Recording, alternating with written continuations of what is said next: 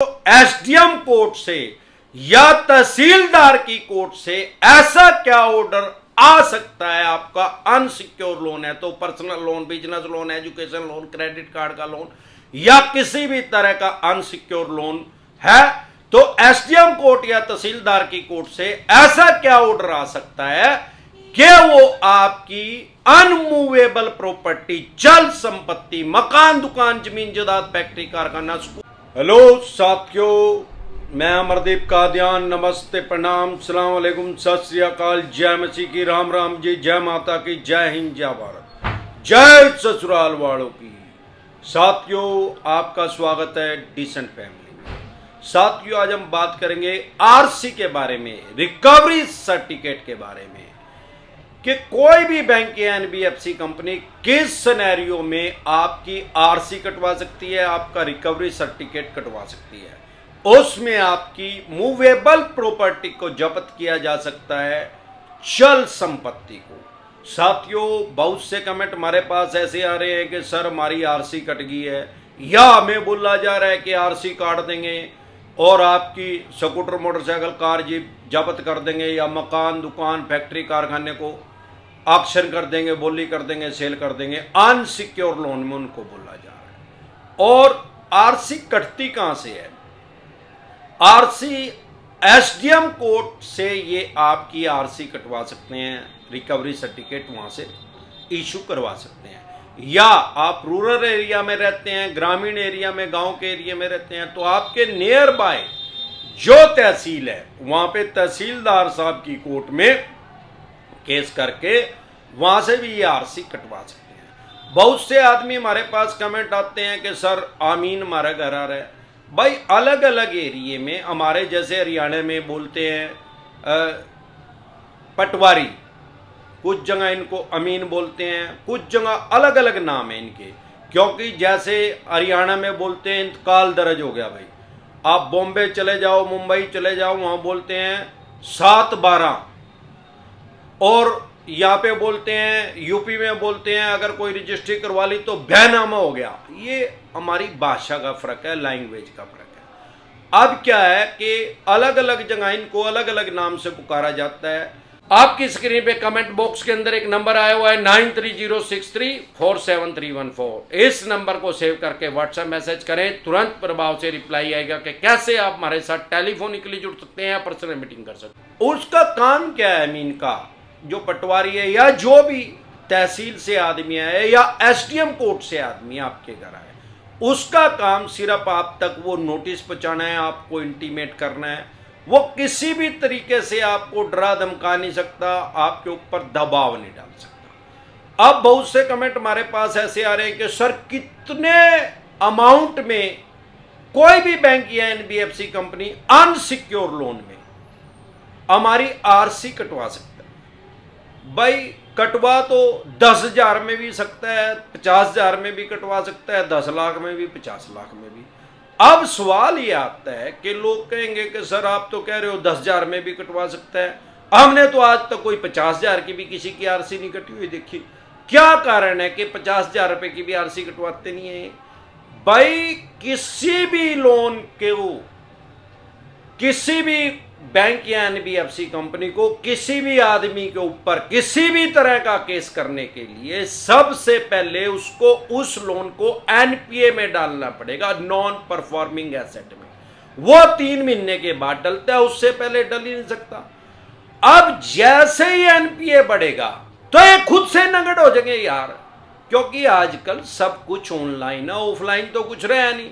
लोग क्या करते हैं, किसी बैंक में FD, RD, saving account, current account खुलवाने से पहले उसका एनपीए का रेशो देखते हैं कितना है। अगर ज्यादा होता है तो वहां अकाउंट ही नहीं खुलवाते, एफडी नहीं करवाते, आरडी नहीं करवाते, या एफडी आरडी अकाउंट अगर खुलवा रखा हो तो वहां से वो अपना पैसा निकाल लेते हैं, क्योंकि वो सोचते हैं अभी ये बैंक डूबने वाला है।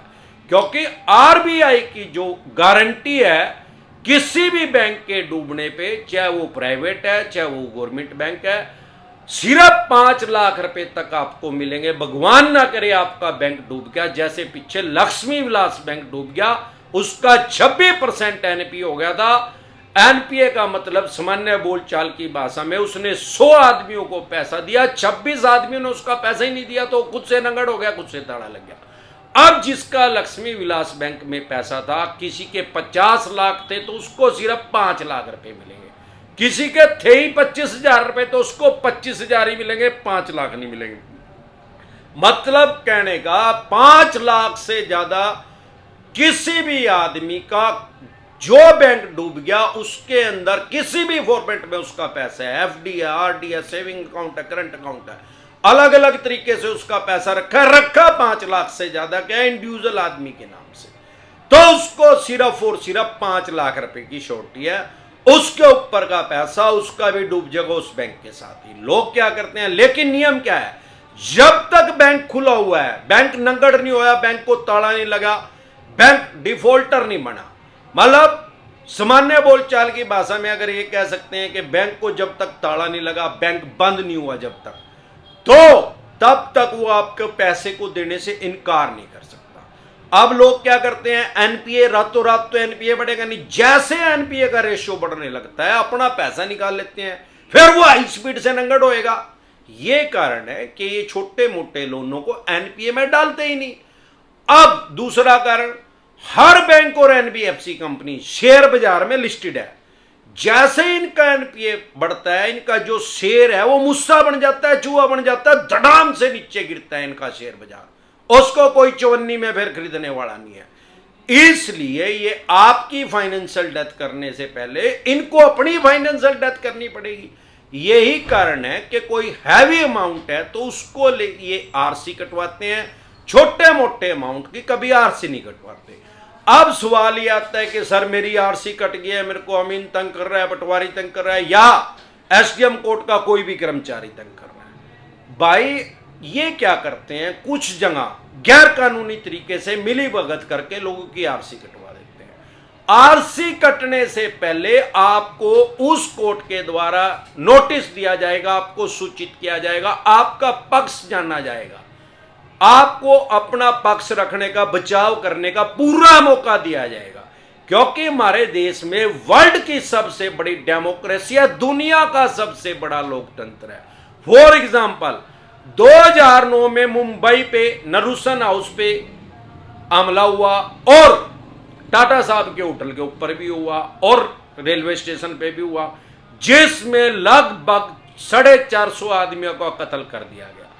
10 टेररिस्ट पाकिस्तान से आए, 9 इनकाउंटर में मारे गए, एक आदमी बच गया जिसका नाम अजमल कसाब था, उसको भी बचाव का पूरा मौका दिया गया। हालांकि वो टेररिस्ट था, वो पाकिस्तानी था, सब जगह मुंबई में सीसी कैमरे लगे हुए हैं, सैकड़ों जगह उसकी रिकॉर्डिंग आई हुई थी, उसको तुरंत प्रभाव से फांसी पे नहीं टंगा गया, उसको भी बचाव का मौका दिया गया, उसको भी वकील दिया गया, उसके ऊपर भी हमारे देश का कानून लागू हो गया क्योंकि उसने क्राइम हमारे देश में आके किया।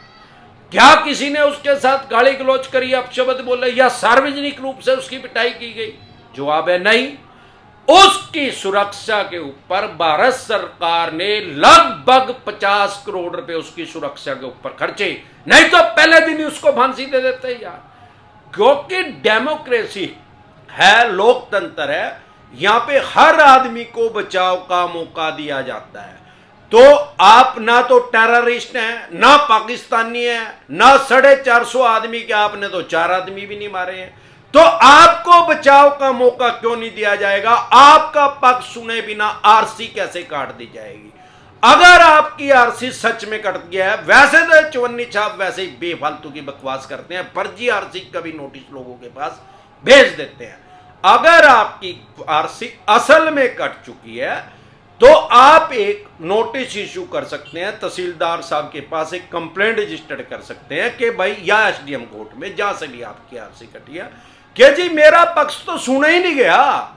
इसमें आपको किसी वकील की जरूरत नहीं है, आप अपना पक्ष खुद से रख सकते हैं, क्योंकि सेक्शन 32 एडवोकेट एक्ट आपको ये राइट्स देता है, ये अधिकार देता है कि आप अपना केस खुद लड़ सकते हैं। फिर भले ही वो भगवान ना करे आपके हाथ से मर्डर हो गया, कत्ल भी अगर आपके हाथ से हो गया, तो भी आप अपना केस खुद से लड़ सकते हैं। आपको एडवोकेट की डिग्री की जरूरत नहीं है, दूसरे का केस लड़ने के लिए एडवोकेट की डिग्री की जरूरत है। अपना केस खुद से लड़ने के लिए कोई एडवोकेट बनने की जरूरत नहीं है। दिक्कत परेशानी कहां है, लोगों को अपने राइट्स और अधिकार ही नहीं पता, या उनका कॉन्फिडेंस लेवल ही इतना अप नहीं है, वो सोचते हैं लड़ने से पहले ही मैं हार जाऊंगा। तो आपकी ये आरसी कैंसिल भी हो सकती है। डरे घबराए नहीं, जब आपको अपने राइट्स और अधिकार पता लग जाएगा तो डर खत्म हो जाएगा। और कभी भी अनमूवेबल दो तरह की संपत्ति होती है सारी दुनिया के अंदर, किसी भी आदमी के पास दो तरह की संपत्ति हो सकती है, मूवेबल, अनमूवेबल। चल संपत्ति, अचल संपत्ति। मूवेबल मींस जो चल सकती है, जैसे scooter, motorcycle, car, jeep, truck, बस। अनमूवेबल जो स्थिर है, मकान, दुकान, जमीन, जायदाद, फैक्ट्री, कारखाना, ये चल तो नहीं सकता। इसको पहिए ले जाके कहीं दूसरी जगह जाते हुए देखा आपने, वो तो विदेशों में देखा, पर कोई ऐसा लॉजिक नहीं है। तो आप अपनी जमीन को, एग्रीकल्चर लैंड को अपने साथ थोड़ी लेके जा सकते हैं, कहीं जा सकते हैं, उसके कागज लेके जा सकते हैं। तो जो अनमूवेबल प्रॉपर्टी है, चल संपत्ति है, जो चल नहीं सकती, उसकी कभी भी आरसी नहीं कट सकती। बहुत से चवन्नी छाप लोगों को जाके ये कह रहे हैं कि भाई आपके फादर की प्रॉपर्टी है, उसकी आरसी कटवा देंगे, या आपके नाम भी अगर प्रॉपर्टी है, उसको आरसी में कंसीडर नहीं किया जा सकता, उसकी एक्शन बोली नहीं हो सकती, क्योंकि आपका अनसिक्योर लोन है। तो इसी तरह की या किसी भी तरह की कोई भी दिक्कत परेशानी आपको या आपके किसी भी यार प्यारे रिश्तेदार को लोन से रिलेटेड अगर आ रही है, यूट्यूब के सर्च के ऑप्शन में जाके वो प्रॉब्लम लिखे, आगे डिसेंट एडवाइस लिखे, तुरंत प्रभाव से आपकी समस्या का समाधान हो जाएगा। अगर आप मुझे फेसबुक पे देख रहे हैं, क्योंकि हजारों आदमी हमारे साथ हर रोज नए जुड़ जाते हैं, तो यूट्यूब पे हमारा चैनल है डिसेंट एडवाइस के नाम से, जिसपे मैं 1,500 से भी ज्यादा वीडियो डाल चुका हूं। इसके अलावा हमेशा जो मैं बात कहता हूं, अगर आपके पास पैसे हैं तो इन्हें ये पैसे दे दें, नहीं पैसे हैं तो राहु केतु ग्रह तो क्या करेगा, दुनिया का कोई ग्रह धरती पे आके आपका कुछ नहीं बिगाड़ सकता, और ये चवन्नी छाप तो सौदा ही कुछ नहीं है। इसके अलावा दो तरह के नोटिस को कभी भी इग्नोर ना करें। अगर आपके पास कोर्ट से समन आ रहा है 138 का चेक बाउंस का, आप इसको इग्नोर करेंगे, हल्के में लेंगे, तो आपको 14 दिन के लिए न्यायिक हिरासत में जाना पड़ सकता है कम से कम। क्योंकि अगर आप इसको इग्नोर कर रहे हैं, फिर कोर्ट से आपका बेलेबल वारंट इशू हो जाएगा, जमानती वारंट इशू हो जाएगा, फिर भी इग्नोर कर रहे हैं तो नॉन बेलेबल हो जाएगा, गैर जमानती हो जाएगा, फिर भी इग्नोर कर रहे हैं, नहीं पकड़े गए किसी कारण से, तो आपको पीओ घोषित कर दिया जाएगा, भगोड़ा घोषित कर दिया जाएगा कोर्ट से। कोर्ट की अवमानना में आपको सजा का प्रावधान है। लेकिन अगर आप कोर्ट की अवमानना नहीं करेंगे और तुरंत प्रभाव से पेश हो जाएंगे, चाहे एक आधी तारीख मिस भी होगी, कोई जेन्युइन प्रॉब्लम की वजह से आप जज साहब को जाके बता देंगे, तो आपको तुरंत प्रभाव से जमानत मिल जाएगी, बेल मिल जाएगी। चेक बाउंस के केस में वो आपको उसी कोर्ट से बेल या जमानत मिल जाएगी जिस कोर्ट से आपके पास समन आया, आपको हाई कोर्ट में जाने की जरूरत नहीं है। बहुत से आदमी हमें भी पूछते हैं कि सर जमानत में कितने पैसे लेगा वकील। अरे भाई, रोटी अगर खानी है, पेट भरना है, तो बबली के ढाबे पर चले जाओ तो 40 रुपए लगेंगे, 5 स्टार होटल नूरमहल में चले जाओ तो 4,000 रुपए लगेंगे, और किसी मीडियम ढाबे में चले जाओ तो 400 भी लगेंगे, 200 भी लग सकते हैं। वो डिपेंड करेगा कि आप कैसा वकील को आप हायर कर रहे हैं, कैसे वकील को अपना वकील निर्धारित कर रहे हैं, वो डिपेंड इस बात पे करेगा। इसके अलावा अगर आपके पास सरफेसी एक्ट 2002 के अकॉर्डिंग नोटिस आ रहा है, सर आपके पास 13(2) का नोटिस आ रहा है, 13(4) का, सिंबॉलिक पोजीशन का, फिजिकल पोजीशन का, या डीएम साहब का, तुरंत प्रभाव से लीगल एडवाइस ले, इसको कभी भी इग्नोर ना करें। नहीं तो आप अपनी प्रॉपर्टी से हाथ धो बैठेंगे। वो मकान है, दुकान है, जमीन है, जायदाद है, फैक्ट्री है, कारखाना है, स्कूल है, कॉलेज है, बंगला है, कोठी है, शोरूम है, आपका सीसी लिमिट का लोन है, आपका ओडी लिमिट का लोन है, आपका लैप है, लोन अगेंस्ट प्रॉपर्टी है, या आपका होम लोन है, आपने कोई प्रॉपर्टी मॉर्गेज की के करके रहन रख के गिरवी रख के पैसा लिया है बैंक या एनबीएफसी कंपनी से, और वो आपके ऊपर सरफेसी एक्ट के अकॉर्डिंग नोटिस भेज रहा है तो कभी भी उसको इग्नोर ना करें, तुरंत प्रभाव से लीगल एडवाइस ले। इसके अलावा अगर आप हमारे साथ टेलीफोनिकली जुड़ना चाहते हैं, पर्सनल मीटिंग करना चाहते हैं, फिर आपका लोन 2 करोड़ का है, 5 का है, 25 का, 50 करोड़ का या जितने भी करोड़ का आपका लोन है, लोन से रिलेटेड जो भी दिक्कत परेशानी समस्या अगर आपको आ रही है तो यूट्यूब के सर्च के ऑप्शन में जाके वो प्रॉब्लम लिखें, या आपकी जो भी प्रॉब्लम है, आपके पास लोन से रिलेटेड जो भी डॉक्यूमेंट्स है वो सभी लेके आप मेरे से पर्सनल मीटिंग कर सकते हैं, पर्सनल एडवाइस ले सकते हैं या टेलीफोनिकली भी एडवाइस ले सकते हैं। उसका क्या प्रोसेस है हमारे साथ जुड़ने का, आपकी स्क्रीन पे कमेंट बॉक्स के अंदर एक नंबर आया हुआ है 9306347314। इस नंबर को सेव करके व्हाट्सएप मैसेज करें, तुरंत प्रभाव से रिप्लाई आएगा कि कैसे आप हमारे साथ टेलीफोनिकली जुड़ सकते हैं, पर्सनल मीटिंग कर सकते हैं। एक बार जोर से मिलकर नारा लगाएंगे, जय ससुराल वालों की।